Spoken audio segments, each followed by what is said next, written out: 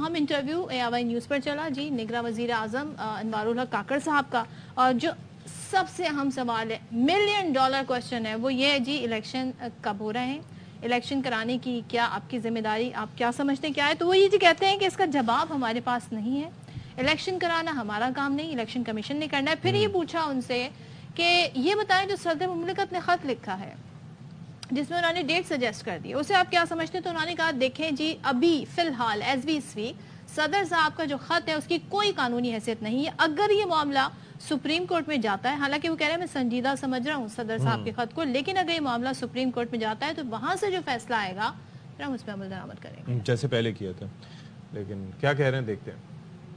آپ سے ہو رہا ہے، پے در پے ہو رہا ہے، ہر انٹرویو میں ہو رہا ہے، روزانہ ہو رہا ہے، تو اس کے اوپر تو آپ کی اوپینین بہت میرے لیے تو ایٹ لیسٹ ضروری ہے، ضرورت تھی یا نہیں تھی؟ Because you all seem very clear on what the law says اور what's required. Election commission of Pakistan جو ہے نا اپنے ایکسرسائز انہوں نے انیشیٹ کیا ہوا ہے، وہ اپنے پروسیس کو جو ہے نا امپلیمنٹیشن پلان میں جو کانسٹیٹیوشنل باڈی ہے الیکشن کمیشن آف پاکستان اس تک پہنچی ہے، اور وہ اس پہ اپنا فیصلہ صادر کریں گے کہ اب ان کو ہم 1 دن رہیں گے یا 1 مہینہ رہیں گے، وہ رہیں گے قانون کے تحت۔ 3 ماہ ہو سکتا ہے، 3.25 ماہ ہو سکتا ہے، 3.25 ماہ میں ہو سکتا ہے 6 ہو، مجھے نہیں پتا، ہو سکتا ہے سال ہو۔ دیکھیں اب وہ اسی لیے میں آپ کے اس جواب کی طرف ڈیفینیٹو آنسرز میں نہیں آنا چاہ رہا، کرانا چاہیے۔ جب تک سپریم کورٹ کا کوئی جوڈیشل کنکلوژن نہیں آتا، we are bound to follow this position. ہم دوبارہ اس خط کو، اس کا کوئی قانونی پہلو ہے ہی نہیں، قانونی پہلو اس وقت ہوگا جب سپریم کورٹ جو ہے نا اس پہ کوئی ڈیسیجن اگر کوئی دے گی۔ آپ پنجاب اور خیبر پختونخوا میں جو نگران حکومتیں ہیں ان کو قانونی اور لیگل تصور کرتے ہیں؟ جی ہیں آج بھی آپ کی نظر میں؟ جی۔ ایسا کوئی تحریک انصاف پہ بین کا کوئی سمری آئی آپ کی کیبنٹ اس کو خارج الامکان کرتی ہے؟ You will not even consider it or you will look into it? یہ میں ضرور انشور کر دوں کہ ہم اس کو پورے میرٹ پہ اس کی ڈیلیبریشن کریں گے، اور جو اپنے تئیں ہمیں درست لگا ہم وہ کریں گے۔ تو پیپلز پارٹی کا آج بڑا اہم اجلاس ہے، اور اس اجلاس کے بارے میں پہلے سے ہی بلاول نے کہہ دیا تھا کہ دیکھیں میں گھر کے معاملات ماننے کے لیے صدر زرداری کا پابند ہوں، لیکن جو سیاسی معاملات ہیں اس کا فیصلہ ہماری پارٹی کرتی ہے۔ تو آج CEC کا ان کا اجلاس ہے، اور شازیہ مری کہتی ہیں جی کہ پیپلز پارٹی کو لیول پلینگ فیلڈ ملنی چاہیے۔ چاہ رہی ہوں وائی سو مچ کنفیوژن؟ بھائی آپ آم کھائیں، آپ درخت کیوں گن رہے ہیں؟ ہاں ہے نا، مطلب آپ کو ڈیٹ مل گئی، اب آپ کیوں کہہ رہے ہیں کہ جی کیوں دی تاریخ؟ کیا چاہ رہے ہیں وہ بیسیکلی اعتراض اس چیز پہ نہیں ہے، اعتراض اس چیز پہ ہے کہ انہوں نے ایک ڈیٹ نہیں دی، انہوں نے تجویز دی ہے، ایک تجویز دی ہے۔ تجویز ماننا نہ ماننا آپ کے اپنے اختیار میں، نہ مانے تجویز دینے میں، لیکن ویسے تجویز ہاں، لیکن صدر صاحب جو ہیں وہ ڈیٹ دے سکتے ہیں اکارڈنگ ٹو دا کانسٹیٹیوشن اگر دینا چاہیں تو۔ خاور گمن صاحب ہمارے ساتھ موجود ہیں، وہ جس جانب اشارہ کری ہیں وہ غلط نہیں ہے ویسے تو۔ خاور گمن صاحب ہمارے ساتھ موجود ہے، thank you so much for joining us. یہ جو انٹرویو تھا مہر بخاری صاحبہ کا وہ آپ نے بھی دیکھا ہوگا، ظاہر ہے بڑا ایک امپورٹنٹ گفتگو اس میں انہوں نے کی ہے نگراں وزیر اعظم نے، لیکن انہوں نے کہا کہ ہم 1 دن رہیں یا 1 مہینہ قانون کے تحت رہیں گے۔ یاد رکھیے کہ یہاں پر آئین اور قانون کے اندر بھی کافی چیزیں ہیں جو کہ مختلف ہمیں دکھائی دیتی ہیں thanks to the previous government, تو یہ قانون کے تحت رہیں گے، آئین کا انہوں نے تذکرہ نہیں کیا۔ کیا کامنٹ کریں گے اس پہ آپ؟ دیکھیں آپ نے سنا جو نگراں وزیر اعظم کا انٹرویو، اس کے بعد میں شازیہ مری صاحب کی جو گفتگو ہے وہ بھی آپ نے سنائی، تو میں سمجھنے کی کوشش کر رہا تھا کہ یہ دونوں حضرات ایک بات کر رہے ہیں آئین اور قانون کی، اس کے علاوہ بھی پاکستان کے اندر ہر کوئی بندہ جو بات کر رہا ہے وہ آئین اور قانون کی۔ میں اور صبح آپ بیٹھ کے بھی آئین اور قانون آرٹیکل، اس کے مختلف آرٹیکل کلاسز کے اوپر بات کر رہے ہوتے ہیں، لیکن اس وقت جو سب سے زیادہ مظلوم ایک ڈاکومنٹ ہے جو کہ کسی بھی جمہوریت کے اندر ایک سیکرٹ ڈاکومنٹ ہونا چاہیے تھا، وہ ہے آئین پاکستان۔ اس وقت ماشاءاللہ سے ہم سرزمین بے آئین بن چکے ہوئے ہیں، ہر بندہ اپنی مرضی کی، اپنی منشا کے مطابق آئین کی تشریح کر رہا ہے، اور اسی تشریح کو لے کے وہ کہہ رہے ہیں کہ یہی فائنل ہے، یہ اسی کو لے کے آگے بڑھنا ہے۔ دیکھیں اس وقت دنیا کے اندر 2 جو نظام جمہوریت جو ہیں وہ موجود ہے، ایک پارلیمانی ہے اور ایک صدارت کا۔ پارلیمانی ہمارا ہے جو کہ یونائیٹڈ کنگڈم یا برطانیہ کے سسٹم کو فالو کیا جاتا ہے دنیا کے اندر، اور ایک صدارتی نظام جو کہ امریکہ کا ہے۔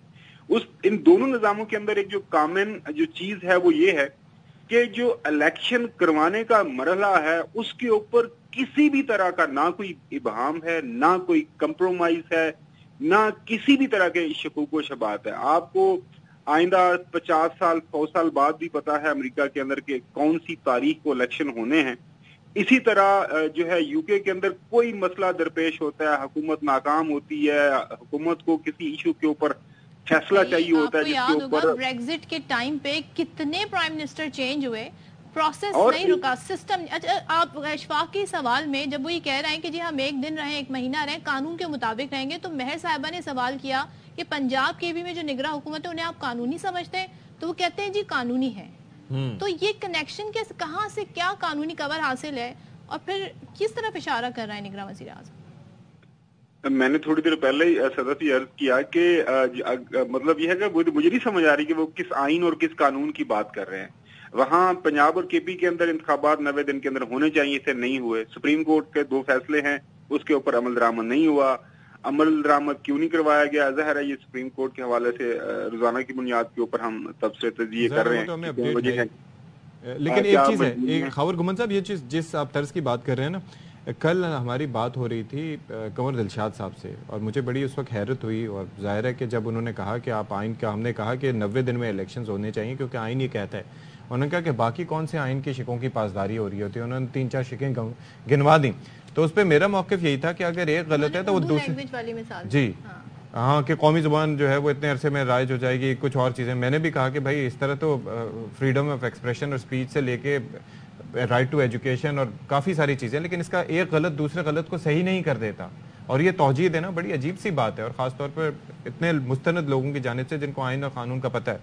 تو یہ کیا ہو رہا ہے آخر کھلواڑ؟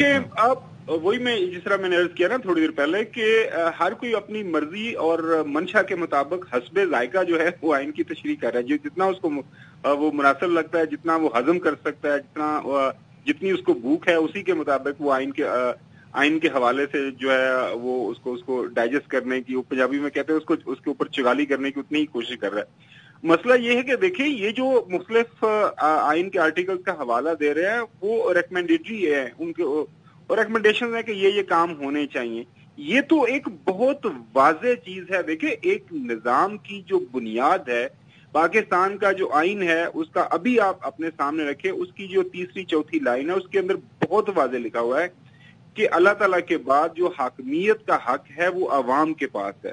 لہذا ریاست پاکستان کے اندر جو اقتدار ہے وہ عوام کے جو ہے ان کے جو الیکٹڈ شدہ ہیں، جنہوں نے ان کو منتخب کرنا ہے، ان کے ذریعے جو ہے اقتدار کا انہوں نے کرنا ہے، حکومت کرنی ہے. اب وہ جو پروسیس ہے اسی کو ہم ختم کر رہے ہیں، اور ہم کہہ رہے ہیں کہ نہیں وہ جو عوام کے پاس یہ حق ہے اس کو ہم دیکھ لیں گے کب اس کو حق کو ہم نے استعمال کرنا ہے. فی الوقت جو ہم سمجھتے ہیں کہ یہ ہمارا حق ہے تو اسی کو ہم اپنے سامنے رکھتے ہوئے استعمال کریں گے. اس وقت میرے خیال میں جو تمام تر نظریں ہیں میری اور آپ کی اب آنے والے چیف جسٹس صاحب کے اوپر ہیں. آج موجودہ چیف جسٹس جو ہے ان کا آخری دن ہے، اور ظاہر ہے اس سے پہلے یہی ایک رائے تھی کہ جی یہ جو جسٹس بندیال صاحب ہیں انہوں نے عدالت کے اندر ایک تقسیم کی ہوئی ہے، کچھ ان کے ہم خیال ہیں، کچھ جسٹس قاضی فائزی صاحب کے ہم خیال ہیں. لہٰذا اب یہ ہے کل سے نئے چیف جسٹس صاحب موجود ہوں گے، اور ہمیں امید ہے اور کبھی امید ہے کہ وہ آئیں گے، ایک فل کورٹ بینچ بنائیں گے، اور یہ جو تمام آئینی ابہام موجود ہیں اس وقت پاکستان کے اندر کہ ہر کوئی اپنی اپنی تشریح کر رہا ہے جس کے مطابق جو ہے وہ معاملات کو آگے لے کے چلنا چاہتا ہے، اس کے اوپر فیصلے آئیں گے، اور نہ صرف فیصلے آئیں گے ان فیصلوں کے اوپر عمل درآمد کروایا جائے گا. اگر خدا نخواستہ اسی طرح ہم ہر کسی نے اپنی 1.5 دن کی مسجد بنا لی تو پھر ریاست کی جو بنیادیں ہیں، جو فیڈریشن ہے، ہمارا وفاق ہے، اس کو خدا نخواستہ حاکم بدہم جو ہے خطرہ ہونے کے لاحق. تھینک یو سو مچ خاور گمن صاحب. بریک لے رہے ہوں، ایک وقفے کے بعد حاضر ہوں گے.